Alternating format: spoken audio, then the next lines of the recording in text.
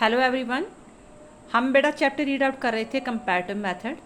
पिछली दो वीडियो में हमने 3 टॉपिक कंप्लीट किए थे। Development of the comparative method in the study of politics, meaning and इसका जो नेचर है।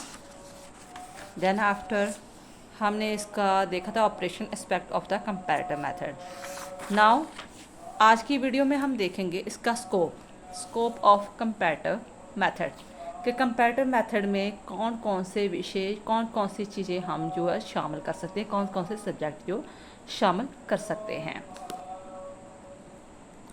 Scope of comparative method, the scope of a comparative method is too large and it is very difficult to fix its boundaries with the use of comparative method.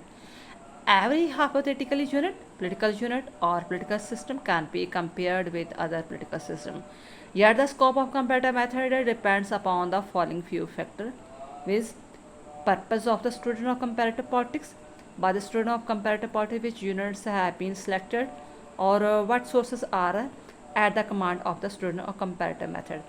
कहते हैं कि comparative method का वैसे जो scope है बहुत ही large है, हम इसकी बाउंड्रीज़ को जो है फिक्स नहीं कर सकते, बट जो कुछ चीज़ें हैं जिसके आधार पर ये स्कोप हम इंक्लूड करते हैं कि इसमें कौन कौन सी चीज़ें शामिल होती हैं।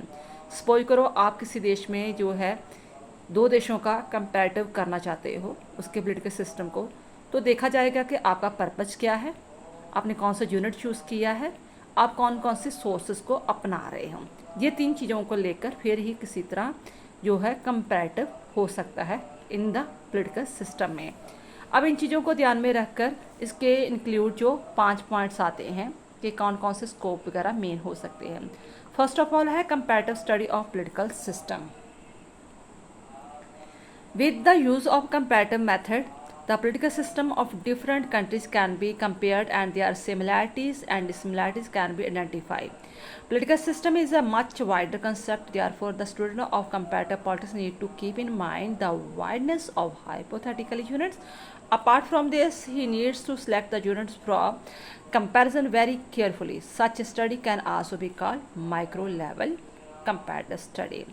फर्स्ट ऑफ ऑल कहते हैं कि जब भी हम कोई कंपैरेटिव मेथड को अपनाते हैं, इसके इंक्लूड हम उन दो चीज़ों को, दो यूनिट को, मान लो मैं पार्लियामेंट सिस्टम का कंपैरिजन करती हूँ इंडिया और इंग्लैंड के पार्लियामेंट सिस्टम का, ठीक है, उनकी सिमिलैरिटी और डिससिमिलैरिटीज़ को देखूँगी। बट फिर भी बहुत सारे हाइपोथेटिकली है इसमें, ठीक है, जिसके कारण जो हमारा स्कोप और भी वाइडर हो जाता है।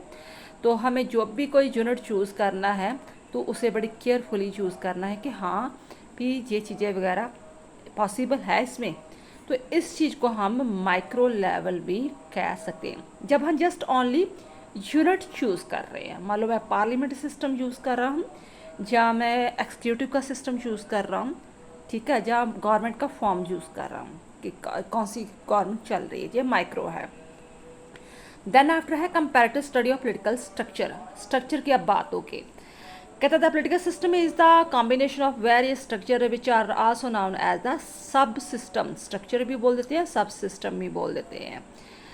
थ्रू ईच सब system is an integral part of the political system, yet each subsystem has its own independent existence. The student of comparative politics makes the comparative study of the structure of subsystem. The comparative comparison of American Congress with the Parliament of India or the comparative study of the British party system with that of Indian party system can be termed as a comparative study of the political structure.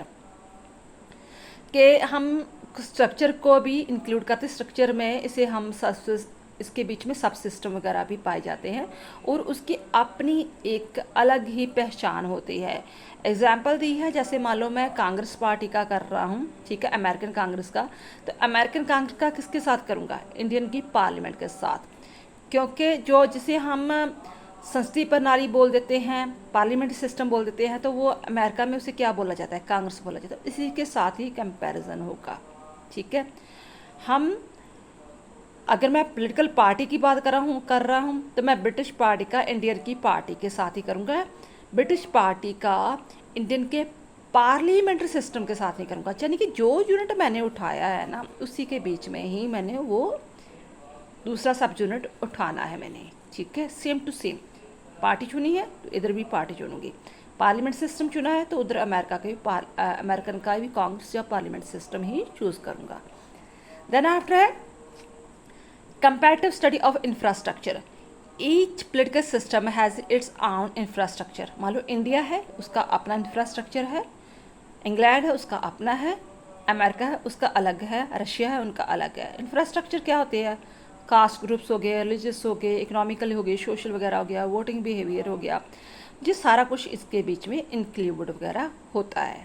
ठीक है, तो ये चीज़ें affect करती है, जो भी legislature है जहाँ गवर्नमेंट फॉर्म है, सब कुछ को अफेक्ट करती है। All such factors are known as the infrastructure of the political system. For a student of comparative politics, it is essential to make the comparative study of these infrastructure.